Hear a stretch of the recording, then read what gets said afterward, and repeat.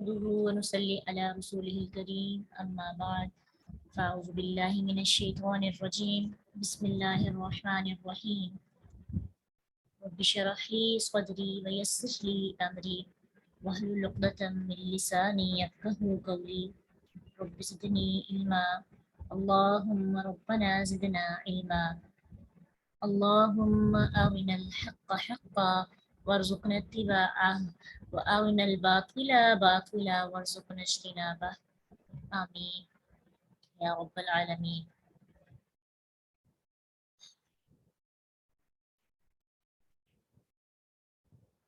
مشرکین مکہ نے نبی صلی اللہ علیہ وسلم سے سوال کیا تھا، کچھ چیزیں پوچھی تھیں۔ اس میں سے ایک قصہ صحابہ کہف کا، اس کے بارے میں پوچھا، اور ایک ہی علیہ السلام اور موسیٰ علیہ السلام کا واقعہ بھی تھا۔ وہ صرف اس لیے پوچھنا چاہ رہے تھے کہ بلا نبی صلی اللہ علیہ وسلم کو پتہ ہے اور وہ سچے نبی بھی ہیں کہ نہیں۔ تو یہ تیسرا قصہ یہاں سے شروع ہوتا ہے۔ پہلے دو قصوں میں جو بات ہم نے سیکھی اس میں ایک قصہ تھا، کافر اپنے مال اور جاہ پر مغرور رہتے ہیں، مسلمانوں کو ذلیل سمجھتے ہیں۔ آپ وسلم سے کہتے کہ اگر ان کو اپنے پاس نہ بٹھاؤ تو ہم آپ کے پاس بیٹھیں گے۔ تو اس پر اللہ تعالیٰ نے دو بھائیوں کا قصہ بیان کیا اور پھر دنیا کی مثال بیان کی، پھر ابلیس کے غرور کا سبب بتایا کہ وہ کیوں اس نے تکبر کیا اور کیسے پھر وہ ہلاک ہوا۔ اب موسیٰ علیہ السلام اور علیہ السلام کا واقعہ اللہ سبحانہ تعالیٰ بتانے لگے ہیں کہ دیکھو موسیٰ علیہ السلام جیسے عظیم الشان پیغمبر کتنے عاجز ہو جاتے ہیں علم کے حصول کے لیے۔ تو سب سے پہلے ہم آیات پڑھنے سے پہلے اس کو ڈیٹیل میں، اس کو تفصیلی حدیث کی روشنی میں اس پورے قصے کو دیکھتے ہیں کہ اصل میں یہ واقعہ ہے کیا تھا۔ جب واقعہ معلوم ہو جائے گا نا تو اس پر تدبر کرنا، اس کی گہرائی میں جانا، اس سے لرننگ پوائنٹس لینا آسان ہو جائیں گے۔ صحیح بخاری میں یہ واقعہ موجود ہے۔ ابی بن کا رضی اللہ عنہ سے روایت ہے کہ انہوں نے نبی صلی اللہ علیہ وسلم سے سنا کہ موسیٰ علیہ السلام بنی اسرائیل میں کھڑے خطبہ دے رہے تھے۔ ان سے پوچھا گیا لوگوں میں سے سب سے زیادہ علم والا کون ہے، سب سے زیادہ عالم کون ہے؟ انہوں نے فرمایا میں ہوں۔ تو اللہ تعالیٰ نے ان کی اس بات پر ناراضگی کا اظہار کیا، کیونکہ اللہ تعالیٰ نے اظہار کرتے ہوئے یہ بات سمجھائی کہ یہ بات انہوں نے اللہ کے ثبوت کیوں نہیں کی کہ اللہ بہتر جانتا ہے، یہ کیوں کہا کہ مجھے زیادہ علم ہے۔ سو اللہ تعالیٰ نے ان کی طرف وحی کی کہ میرا ایک بندہ دو دریاؤں کے ملنے کی جگہ ہے، وہ تم سے زیادہ عالم ہے۔ موسیٰ علیہ السلام نے اللہ سے کہا اے میرے رب، میری ملاقات اس سے کیسے ہو سکتی ہے؟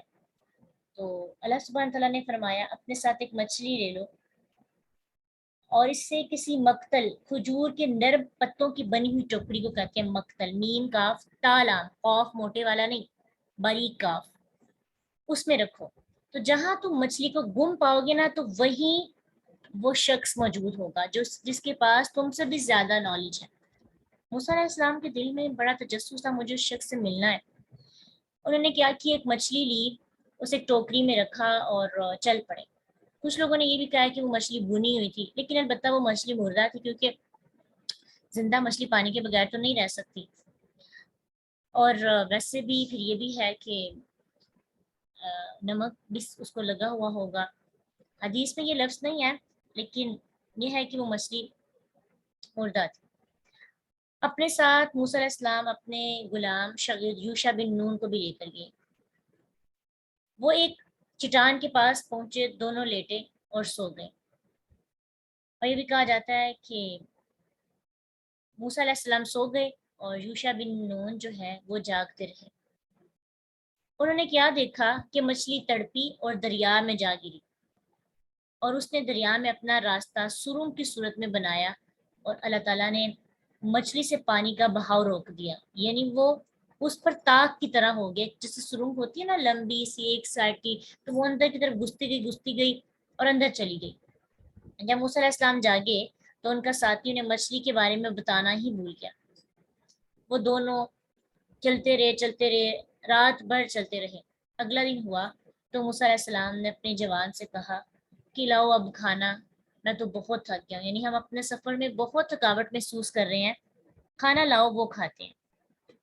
اب کیا ہوا کہ نبی صلی اللہ علیہ وسلم نے فرمایا اس حدیث میں کہ موسیٰ علیہ السلام کو اس وقت کوئی تھکاوٹ نہیں ہوئی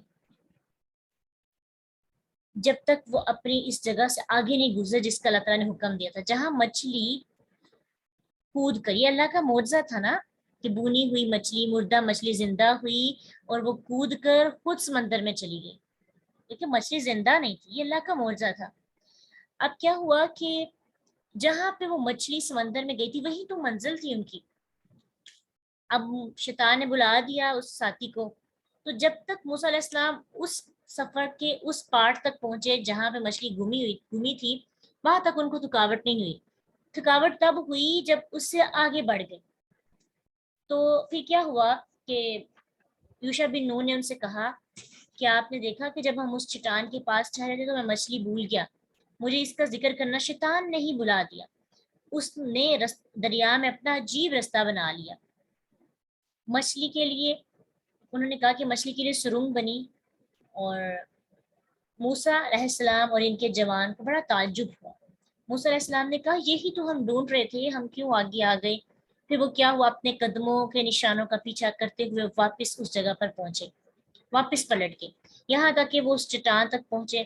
اس چٹان پہ پہنچے تو انہوں نے دیکھا کہ ایک آدمی لیٹا ہوا ہے اپنے منہ پہ کپڑا لے کر, کپڑا اوڑھ کر لیٹا ہوا ہے. موسیٰ علیہ السلام نے کہا تو سلام لی, تو خضر نے کہا کہ تیری اس زمین پر سلام کیسا. انہوں نے کہا میں موسیٰ ہوں. تو خضر علیہ السلام نے کہا بنی اسرائیل والے موسیٰ. کہا ہاں میں آپ کے پاس آیا ہوں, آپ کو جو کچھ سکھایا گیا نا اس میں سے مجھے بھی کچھ بلائی سکھا دے. تو پھر اس نے کہا, یعنی خضر علیہ السلام نے ہم کیا بولا کہ تو میرے ساتھ ہرگز صبر نہیں کر سکے گا. اے موسیٰ میں اللہ کے علم میں سے ایک ایسے علم پر ہوں جسے تم نہیں جانتے, اور تم اللہ کے علم میں سے ایک ایسے علم پر ہو جسے میں نہیں جانتا. تو موسیٰ علیہ السلام نے کہا تم مجھے اگر اللہ نے چاہا تو صبر کرنے والے پاؤ گے, میں تمہارے کسی حکم کی نافرمانی نہیں کروں گا انشاءاللہ. خضر نے اسے کہا تو پھر اگر تو میرے پیچھے چلا ہے تو مجھ سے کسی چیز کے بارے میں سوال مت پوچھنا, یہاں تک کہ میں تیرے لیے اس چیز کا خود ذکر کروں. میں جو بھی کروں گا کوئی کوشچن نہیں کرنا, چپ کر کے دیکھنا میں کیا کر رہا ہوں. وہ دونوں آگے نکلے, دریا کے کنارے پر جا رہے تھے کہ ایک کشتی گزری, اس میں وہ سوار ہو گئے. کشتی والے چونکہ خضر کو پہچانتے تھے, انہوں نے کوئی اجرت نہیں لی, بغیر اجرت کے ان کو سوار کر لیا. جب وہ دونوں کشتی میں سوار ہوئے تو اچانک ہی خضر نے کشتی کے تختوں میں سے ایک تختے کو اکھیڑنا شروع کر دیا. موسیٰ علیہ السلام نے اسے کہا ایسے لوگ جنہوں نے ہمیں اجرت کے بغیر سوار کیا ہے, تم نے بڑھ کر ان کی کشتی کا تختہ اکھیڑ دیا ہے بجائے اس پر کہ ان پر کوئی احسان کیا جائے. اب کیا ہوا کہ انہوں نے لوگ اس میں غرق ہو جائیں گے, تو اس پر انہوں نے کہا, خضر نے کہا کیا میں نے نہیں کہا تھا کہ یقیناً تم میرے ساتھ ہرگز صبر نہیں کر سکو گے. اب موسیٰ علیہ السلام کہنے لگے مجھے اس پر نہ پکڑ جو میں بھول گیا, میرے معاملے میں کسی مشکل میں نہ پھنسا, میں بھول گیا, میرے سے بھول چوک ہو گئی. ابی بن کعب رضی اللہ عنہ کہتے ہیں کہ نبی صلی اللہ علیہ وسلم نے فرمایا کہ یہ پہلی دفعہ موسیٰ علیہ السلام سے بھول ہوئی تھی. خضر نے فرمایا ایک چڑیا آئی اور کشتی کے کنارے پر بیٹھ گئی. اس نے دریا میں سے ایک ٹھونگا مارا اور اس کی چونچ میں جتنا پانی آیا نا, اس کے بارے میں خضر نے موسیٰ علیہ السلام سے کہا میرا علم اور تیرا علم اللہ کے علم میں سے اتنا ہی ہے جتنا اس چڑیا نے اس دریا سے پانی منہ میں ڈالا, بلکہ اس سے بھی کم ہے. اللہ کا علم اس سے زیادہ ہے, میرا اور تیرا علم ملا کر چڑیا کے چونچ میں موجود پانی کے برابر بھی نہیں, کہ جس طرح دریا میں سے چڑیا نے پانی پیا اور اس کو کوئی فرق نہیں پڑا, اسی طرح اللہ کے مقابلے میں ہمارا علم ہے. پھر وہ دونوں کشتی سے نکلے. ابھی وہ کنارے پر چل ہی رہے تھے کہ خضر نے ایک لڑکا دیکھا جو لڑکوں کے ساتھ کھیل رہا تھا. انہوں نے کیا کیا, اس کا سر پکڑا اور اپنے ہاتھ سے اکھیڑ کر اسے قتل کر دیا. موسیٰ علیہ السلام نے ان سے کہا کیا تو نے ایک بے گناہ جان کو کسی جان کے بدلے کے بغیر قتل کر دیا؟ یہ تو ایک برے کام کو تو آیا ہے۔ پھر ہیزر نے کہا کیا میں نے تجھے نہیں کہا تھا کہ تو میرے ساتھ ہرگز صبر نہیں کر سکے گا؟ آپ صلی اللہ علیہ وسلم نے فرمایا یہ پہلی سے زیادہ سخت تنبیہ تھی۔ اس پر پھر موسیٰ علیہ السلام نے کہا کہ اگر میں تجھ سے اس کے بعد کسی چیز کے متعلق سوال پوچھوں تو مجھے ساتھ نہ رکھنا، یقیناً تو میری طرف سے پورے عذر کو پہنچ چکا ہے۔ پھر دونوں چل پڑے، یہاں تک کہ وہ ایک بستی میں پہنچے۔ بستی والوں کے پاس آئے، بستی والوں سے انہوں نے کھانا مانگا، کھانا طلب کیا، بستی والوں نے کھانا دینے سے انکار کر دیا، مہمان نوازی نہیں کی۔ اب ہیزر نے ایک دیوار دیکھی، جو دیوار جو تھی نا وہ گرنے والی تھی، ایک طرف جھکی ہوئی تھی۔ ہیزر اٹھے اور اپنے ہاتھ سے اس کو سیدھا کر دیا۔ موسیٰ علیہ السلام نے کہا ایسے لوگ جن کے پاس ہم آئے ہیں انہوں نے نہ ہماری مہمان نوازی کی، نہ ہمیں کھانا کھلایا، اگر آپ چاہتے تو اس پر کوئی اجرت لے لیتے اور ہم اسے کھانا کھا لیتے۔ ہیزر نے اس وقت کہا کہ یہ میرے اور تیرے درمیان جدائی ہے، اب تو میرے ساتھ مزید نہیں رہ سکتا۔ تو نبی صلی اللہ علیہ وسلم نے یہ بات فرمائی کہ اگر موسیٰ علیہ السلام نہ پوچھتے تو اللہ موسیٰ علیہ السلام کے ذریعے ہمیں اتنا علم عطا کرتے کہ ہمیں بہت سی باتوں کی اور سمجھ آتی تھی، ہم اس کو سمجھتے رہتے۔ یہ تھی اسٹوری جو ہم ابھی ان آیات میں بھی پڑھیں گے۔ اب ان سارے واقعات میں کیا حکمت تھی یہ بھی اللہ سبحانہ تعالیٰ ہمیں بتائیں گے، لیکن اسٹوری کا آغاز ہمیں پتہ ہونا چاہیے۔ اب ہم آیات پڑھتے ہیں، تفسیر دیکھتے ہیں اس کی۔ وَإِذْ قَالَ مُوسَىٰ، جب کہا موسیٰ علیہ السلام نے، موسیٰ ابن عمران، موسیٰ بن عمران، عمران کے بیٹے موسیٰ، بنی اسرائیل والا موسیٰ، لِفَتَاحُ اپنے نوجوان کو، فتن ویسے کہتے ہیں نوجوان کو، لفظی معنی نوجوان ہے اور اس کے جو مجازی معنی ہے وہ ہے غلام، خادم کو بھی کہتے ہیں۔ تو یوشع بن نون موسیٰ علیہ السلام کے خادم بھی تھے، غلام بھی تھے، شاگرد بھی تھے، موسیٰ علیہ السلام سے بہت محبت رکھتے تھے، ان کی خدمت کے لیے ان کے ساتھ رہتے تھے۔ موسیٰ علیہ السلام کے بعد ان کے جانشین بنے اور انہی کے ہاتھوں بیت المقدس فتح ہوا۔ اس سے یہ بات پتہ چلتی ہے کہ اگر کوئی شخص خوش دلی سے خدمت کرنا چاہے کسی کی، یا اپنے سے بڑے کسی کی رسپیکٹ کے طور پر اس کی خدمت کرنا چاہے تو اسے خدمت لی جا سکتی ہے۔ اب اس کا مطلب یہ نہیں کہ ہم اس کو غلام بنا رہے ہیں۔ بعض اوقات ایسا ہوتا ہے نا، ہم کچھ لوگوں کتنی رسپیکٹ کرتے ہیں کہ ہم ان کی خدمت کرنا پسند کرتے ہیں، تو اس صورت میں یہ جائز ہے۔ لا ابرح حتی، لا ابرح نہیں میں ہٹوں گا، باراحا سے ہے ہٹانا یا زائل ہونا، تو کہنے لگے میں نہیں چھوڑوں گا، کیا نہیں چھوڑوں گا؟ سفر کرنا، حتی ابلغا یہاں تک کہ میں پہنچ جاؤں مجمع البحرین، جمع ہونے کی جگہ دو سمندروں کی، جہاں پہ دو سمندر آپس میں ملتے ہیں نا، دو سمندروں کا سنگم، ملاپ، اس جگہ پہ نہ پہنچ جاؤں، کہ اللہ نے کہا تھا وہاں پہ وہ تمہیں نوجوان ملے گا۔ اب کیا ہے کہ کچھ لوگ کہتے ہیں کہ یہ جو دو سمندر تھے نا، ایک بحر فارس اور بحر روم ہے، بعض نے کہا بحر ابیض اور بحر احمر ہے، اور بعض نے افریقہ کی اور بعض نے اندلس کے دو دریا مراد لیے، اور بعض نے دجلہ اور فرات مراد لیے۔ لیکن مصر کو مد نظر رکھیں تو سوڈان کی طرف سے مصر میں آنے والے دریائے نیل میں ملنے والے کئی دریاؤں کے نیل کے ساتھ ملنے کی کوئی جگہ مراد لی جا سکتی ہے، لیکن ہم کنفرم نہیں بتا سکتے کہ کون سے دو دریا ہیں، اور اس سے کوئی فائدہ بھی نہیں نا اس بحث میں پڑھنا کہ کون سے دریا ہیں، کیا ہم جا کے کچھ حاصل تو نہیں کر سکتے، اس لیے اس بحث میں نہیں جانا چاہیے جس کے بارے میں کنفرم نہیں پتا ہو۔ بس یہ کہ کچھ لوگوں نے اس طرح سے کہا، کچھ لوگوں نے اپنی اپنی رائے کی۔ حتی ابلغ مجمع البحرین، یہاں تک کہ میں ان دو سمندروں کی جگہ پہ نہ پہنچ جاؤں، او یا امضی میں چلتا رہوں گا۔ مغا یمضی کا مطلب ہوتا ہے چلتے رہنا، چلنا، ماضی بھی اسی سے ہے، ماضی چلتا ہے نا ہمارے پیچھے پیچھے، تو وہ کہتے ہیں کہ میں رکوں گا نہیں جب تک جگہ نہیں ملے گی۔ حقبہ مدتوں، حقبہ حقبتن کی جمع ہے، احقاب بھی اس کی جمع ہے، ویسے کہتے ہیں 80 سال جیسی طویل مدت، اور لا محدود مدت کے بارے میں بھی کہا جاتا ہے۔ حقبۃ، لمبی مدت، یعنی وہ کہتے ہیں کہ مجھے چاہے اس علم والے بندے کو ڈھونڈتے ڈھونڈتے ایک لمبا عرصہ گزر جائے، میں اپنا سفر ختم نہیں کروں گا، میں اس کو پا کر رہوں گا۔ اس سے ایک بات پتہ چلتی ہے کہ موسیٰ علیہ السلام اگرچہ نبی تھے، اپنے آپ کو علم والا سمجھتے تھے، لیکن جیسے اللہ نے بتایا کہ موسیٰ تجھ سے زیادہ ایک بندہ علم والا ہے، تو فوراً سے علم کے شوق میں سفر کے لیے نکل پڑے کہ میں سیکھنے کے لیے چلتا رہوں گا، اس جگہ تک پہنچ جاؤں گا جہاں وہ بندہ مجھے ملے گا۔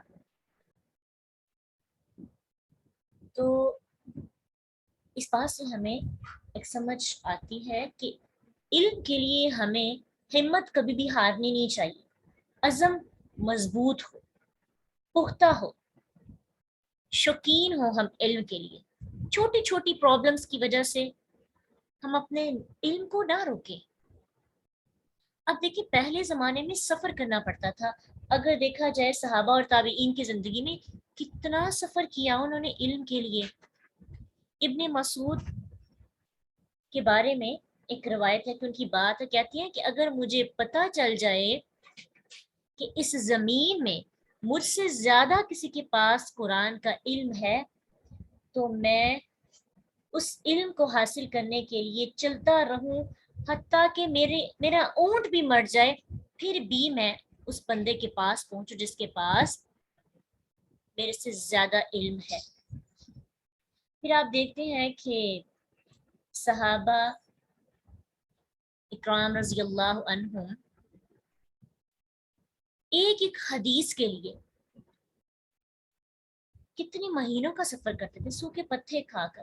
اور اس وقت سفر کرنا کوئی آسان نہیں تھا، اب تو ہوائی جہاز اور ہماری بسز بھی ایئر کنڈیشنر والی اور بہت سہولتیں ہیں۔ اس وقت اونٹ پر، گھوڑوں پر سفر کیا جاتا تھا، گرمی کی شدت، ٹھنڈا پانی بھی نہیں دستیاب، صحرائی علاقہ، لیکن علم کے شوق میں اللہ کے نبی صلی اللہ علیہ وسلم کی ایک حدیث کو جاننے کے لیے اور اس بندے سے سننے کے لیے کہ جس نے نبی صلی اللہ علیہ وسلم سے ڈائریکٹ سنی، وہ مسلسل سفر میں رہتے، سفر کرتے رہتے۔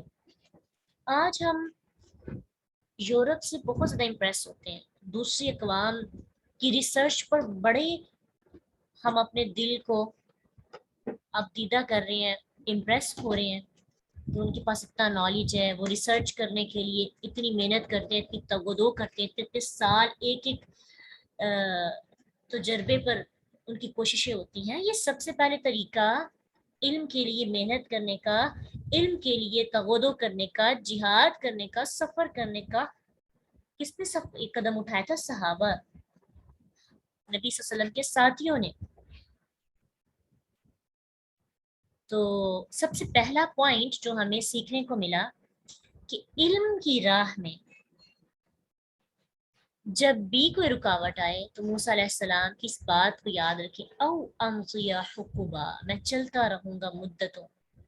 ایک پہلی بات ہے جو آپ نے اپنے ذہن میں بٹھانی ہے، امضی حقبا، میں چلتا رہوں گا مدتوں۔ کس لیے؟ علم کے لیے۔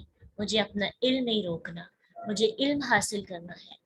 قرآن کے علم، حدیث کے علم کے لیے تو مجھے زیادہ جذباتی ہونا چاہیے کہ اس علم سے کبھی میرا ناتا نہ ٹوٹے، کیونکہ ہمارا علم تو نہ ہونے کے برابر ہے نا۔ موسیٰ علیہ السلام کے پاس اتنا نالج تھا، ہجر کے پاس اتنا نالج تھا، پھر بھی عاجزی دیکھیں ان کی کتنی۔ کہتے ہیں کہ چونچ، جو چڑیا کی چونچ میں پانی ہے، اس سے بھی کم ہمارا علم ہے۔ تو ہم چند آیات کیا سیکھ لیں یا ڈگری کیا لے لیں، ہمیں لگتا ہے ہم سے بڑھ کر کوئی ہے ہی نہیں، سب سے زیادہ ہمیں ہی آتا ہے۔ تو موسیٰ علیہ السلام کی بات، میں چلتا رہوں گا یہاں تک کہ وہ باتیں نہ سیکھ لوں جو مجھ سے زیادہ کسی کو آتی ہیں۔ ہمارا بھی ایسا رویہ ہونا چاہیے۔ فلما بلغا مجمع بینہما، تو جب وہ دونوں پہنچے جمع ہونے کی جگہ جہاں دونوں دریا ملتے تھے، تو پھر کیا ہوا؟ نسیا، تو دونوں بھول گئے، حوتہما، اپنی مچھلی،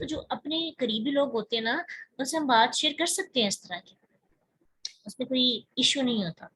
کہ انبیاء علیہ السلام بھی ایسا کرتے تھے، تو ہم کریں تو کوئی قباحت نہیں. ایک اور چیز جو ہمیں یہاں سے پتہ چلی کہ جب مقررہ مقام سے آگے نہیں بڑھے تب تک ان کو تھکاوٹ نہیں ہوئی. جب وہ اس مقام سے آگے بڑھ گئے تو پھر ان کو تھکن محسوس ہوئی. تھکن کا محسوس ہوئی جب وہ اس چٹان سے آگے کی طرف چلنا شروع ہوئے. اس سے ایک بات بڑی پیاری سمجھ میں آتی ہے کہ بعض اوقات اللہ تعالیٰ انسان کو تھکا کر اس کی مدد کرنا چاہتے ہیں. یہ تھکاوٹ بھی اللہ کی طرف سے ایک بہت بڑی نعمت ہے. انسان جب تھکتا ہے تو رکتا ہے، جب رکتا ہے تو پیچھے مڑ کے دیکھتا ہے کہ میں نے آج تک کیا کیا، اور جب دیکھتا ہے تو مسٹیکس نظر آتی ہیں، پھر مسٹیکس کو ٹھیک کرنے کی کوشش کرتا ہے. تو تھکاوٹ سے کبھی گھبرانا نہیں چاہیے. تھکاوٹ میں بہت سے راز ہوتے ہیں، اور یہ ہمارے پاس ایک بہترین اگزامپل.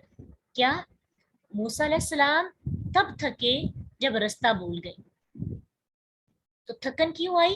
تاکہ وہ تھک کے بیٹھیں اور محسوس کریں کہ آخر ہمارا سفر کہاں تک ہوگا.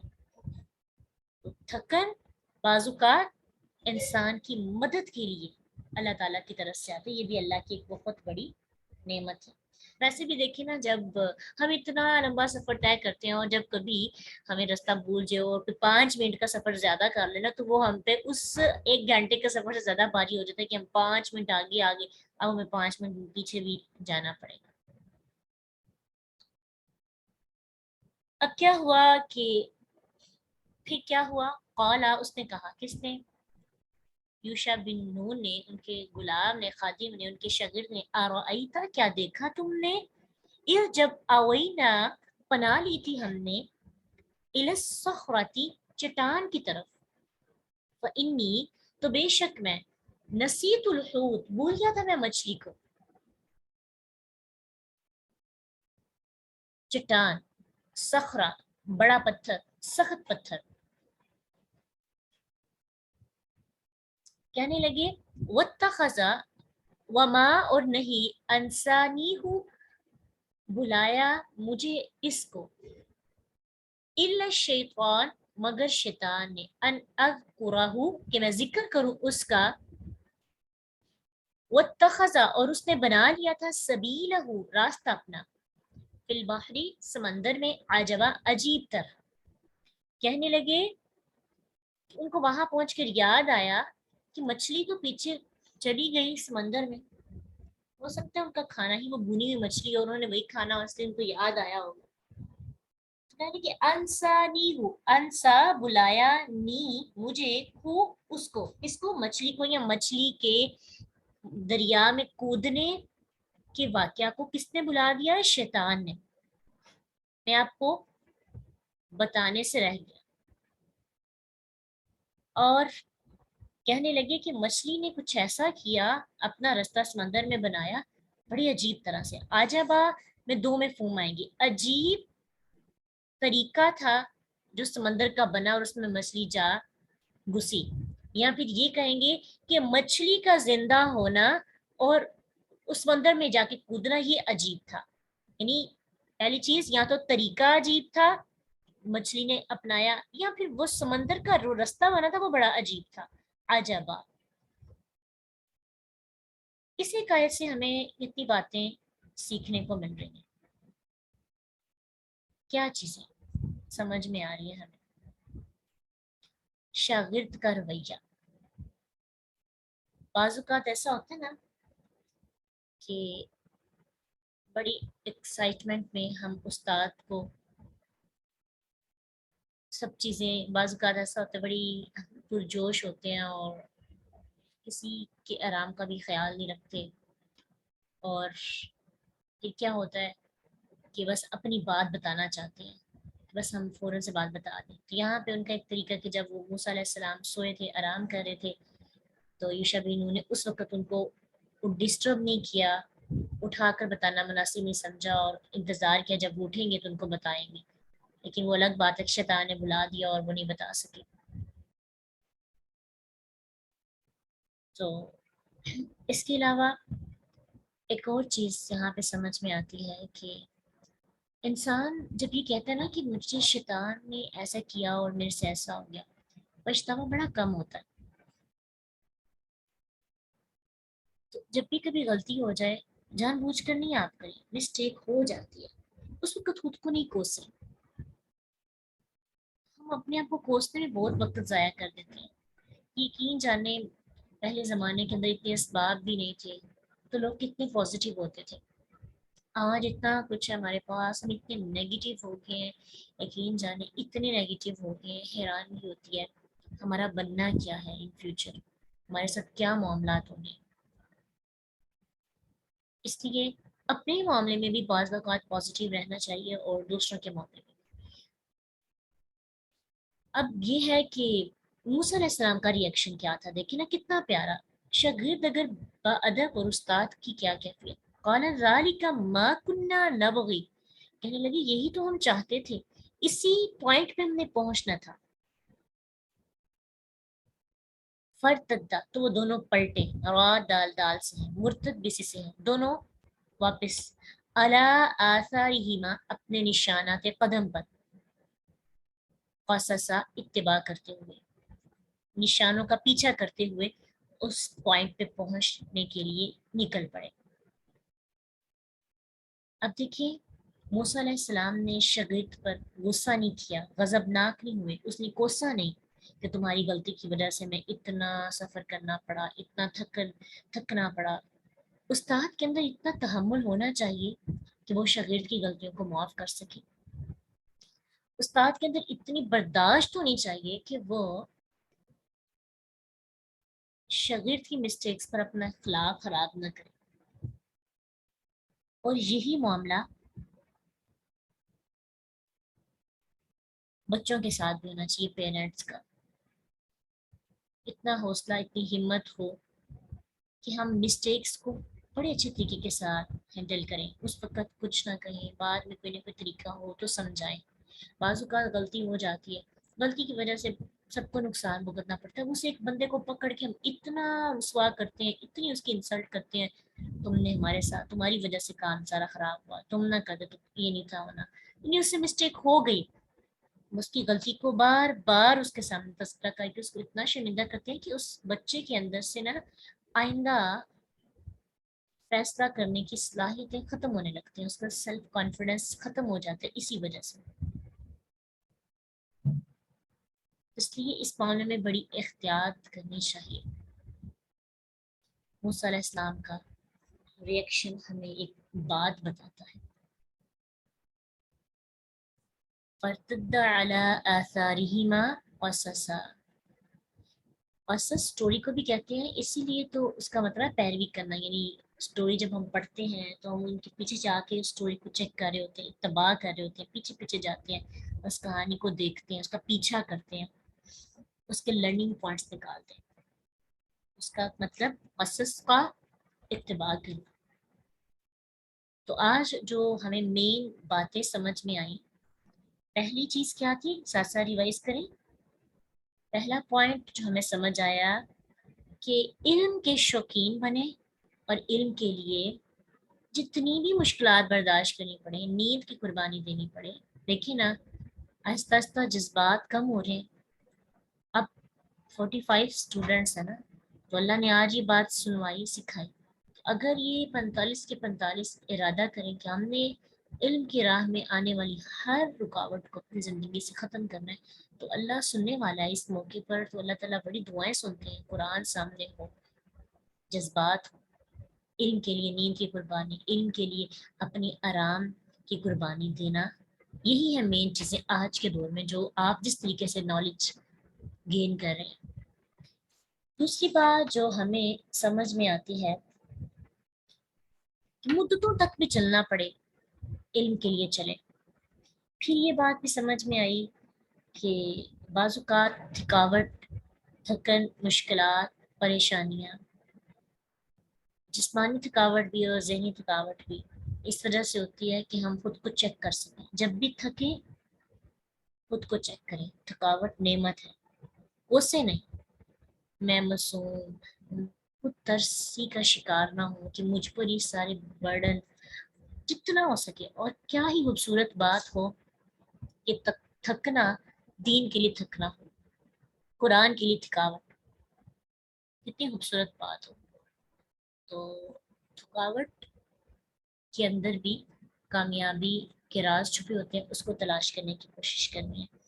پھر ایک بات اور ہمیں یہ سمجھ میں آئی کہ انتظامات کرنا سفر میں یا ویسے بھی اپنی زندگی کے اندر آئندہ آنے والے واقعات کے لیے یہ توکل کے منافی نہیں ہے، بلکہ اسباب ہے اور اسے اختیار کرنا ہمیں پڑے گا. ہمیں کوشش تو کرنی ہے نا. پھر یہ بھی بات اپنی کمزوری کا اظہار اگر ہم کسی سے کر دیں تو اس میں کوئی قباحت نہیں ہے. اگر اللہ سے شکوہ نہ ہو تو ہم ایک دوسرے کے ساتھ اپنی فیلنگس شیئر کر سکتے ہیں. ٹھیک ہے، ہم انسان ہیں نا، تو انسان ہونے کے ناطے یہ ساری چیزیں آ جاتی ہیں. کہ شاگرد کا رویہ، کہ شاگرد اپنے استاد کا یا ایک خادم اپنے مالک کا جن کی خدمت وہ کرنا چاہتا ہے، کوئی عقیدت ہوگی نا اس کے دل میں تو بھی خدمت کرنا چاہ رہا ہوگا نا. ویسے بھی علم ایک ایسا رشتہ ہے، اب تو شاید وہ دن وہ دور گزر گئے ہیں. پہلے زمانوں میں استادوں کو مطلب اپنی زندگی کا سب سے بڑا لوگ جو ہے نا رتبہ دیا کرتے تھے، بہت زیادہ ادب احترام کیا کرتے تھے. اب تو بہت کم یہ چیز ہو گئی ہے. شاید برداشت ہم سب میں کم ہو گئی ہے. اب ٹیچرز کے اندر بھی وہ حوصلہ اور برداشت تحمل مزاجی نہیں ہے، اور پھر شاگرد نے بھی وہی سیکھنا ہوتا ہے. تو ایک بہترین پکچر ہمیں نظر آتی ہے.